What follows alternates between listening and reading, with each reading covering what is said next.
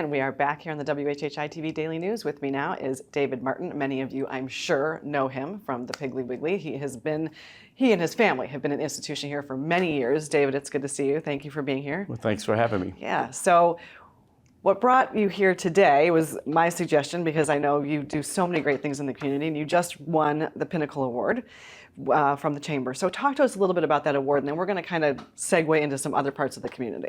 Well, first of all, it was JR and Leslie Richardson inviting me to the ball. I had never been to the Chamber Ball, and I'm like, okay, I'll go. And it was a surprise, so I didn't know people were watching. It was a great video they did about my dad and our store and my pig family, the employees who are just as important to this award as I am. So it was a real honor, and I was kind of taken aback a little bit. Saw a lot of old friends. It was really fun. It was really fun. Yeah, well, good for you. And you're right, it is a pig family. I go to your store frequently, and I don't know that I've ever seen a cashier turnover. I mean, they've been there forever. Even the young ones come back. Well, you give them responsibility and you pay them well, but payment, money is not everything. People like money, but having them have a chance to be part of something. You see people who may not have as much money or much funds as I do or you do that still want to give, and so they give in other ways of their time or their attitude about life in general. And so in our store, we're lucky because we have people come in, they're there for the week, they're listening to Jimmy Buffett, and they're somewhat happy, so we just help them be more happy. More happy. I love that. And I do want to talk a little bit about your giving, because obviously that's a huge part of what you do. You stay open during hurricanes. You were one of the few places we could regularly find toilet paper and yeast during COVID, right? So talk to us about that philosophy, and then I know you want to kind of give some shout outs to other small businesses that do the same thing, but I mean, it's been ingrained in your philosophy forever, so talk to us about that. Well, my mother and father came from very poor rural South Carolina, where everybody stuck together, white, black, it didn't matter. We all needed each other, and so my dad from the very beginning was all about sharing what he had, and that's how he survived it. So he came here, and very quickly, being the only grocery store and all these type A personalities that had come and wanted to do different things, he began giving. And so he just did it his whole career, and that's probably one of the reasons I don't have a big inheritance, but I'm just kidding.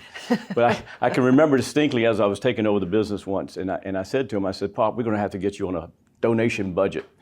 Well, that did not work well. No. So it was really ingrained from that beginning. And then it's really a self-serving thing to do, because it makes you a better person by giving, because you can only keep the spiritual gifts you have by giving them away. And it just really is a great way to feel better about yourself and to be helpful. We all want to inspire people or mentor people. And for me, being in this position, which is a good, easy position to be in to do it, it's pretty simple. People come and ask, and we always figure out a way to help them. Yeah, well, you certainly do. And I know in our last couple minutes here, you wanted to give a shout out to some of the other small businesses that maybe don't get quite the accolades that you have had, but do the same thing in the community. I can tell you, like during Hurricane Matthew, when we were closed for one day, I opened up the next day. There were people who could not afford to leave. They came into my store and they helped clean up. They were giving. They had nothing but gave of their time.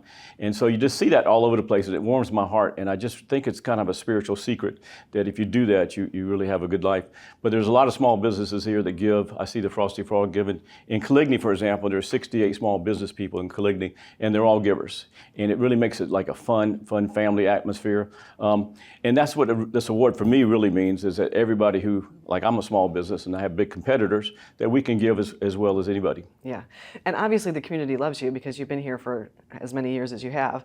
And I also know that you already have given a shout out to your dad, but you also wanted to talk to a little bit about the people who came here and just risked it all to make this place what it is. And certainly I moved here when I was 9 years old, a little kid from the country of Allendale, South Carolina. And there were so many great people in the 70s and 80s, starting with Charles Frazier, who had this dream. We did not know it was going to work. If we knew it was going to work, I would have bought some oceanfront property, but I didn't know. But you just see those people, and I can remember as a kid going through the public school. Isaac Wilburn was our principal. He just bled us all together here. When we had the immigration, the white and the black folks here came together, and we all needed each other in those days. And I saw people who started the government, the limited government, which is very smart, the zoning. How lucky are we to live here? Yeah. 35,000 people, and we're the ones that get to live here. And so all those people in the beginning really set away. It's funny, always in the summertime I come across the visitors, they all want to be us. So if you live on Hilton Head, you're really, really lucky. There's thousands and thousands of people who envy us. So for us, we're here and we get to do all these great things. Yeah. Well, David, thank you for being here today and sharing Thank a you. little bit about your story. I know you have a lot more stories, so you might have to come back and see us again. Perfect. All right. Thank love you. it. And we'll be back, so don't go away.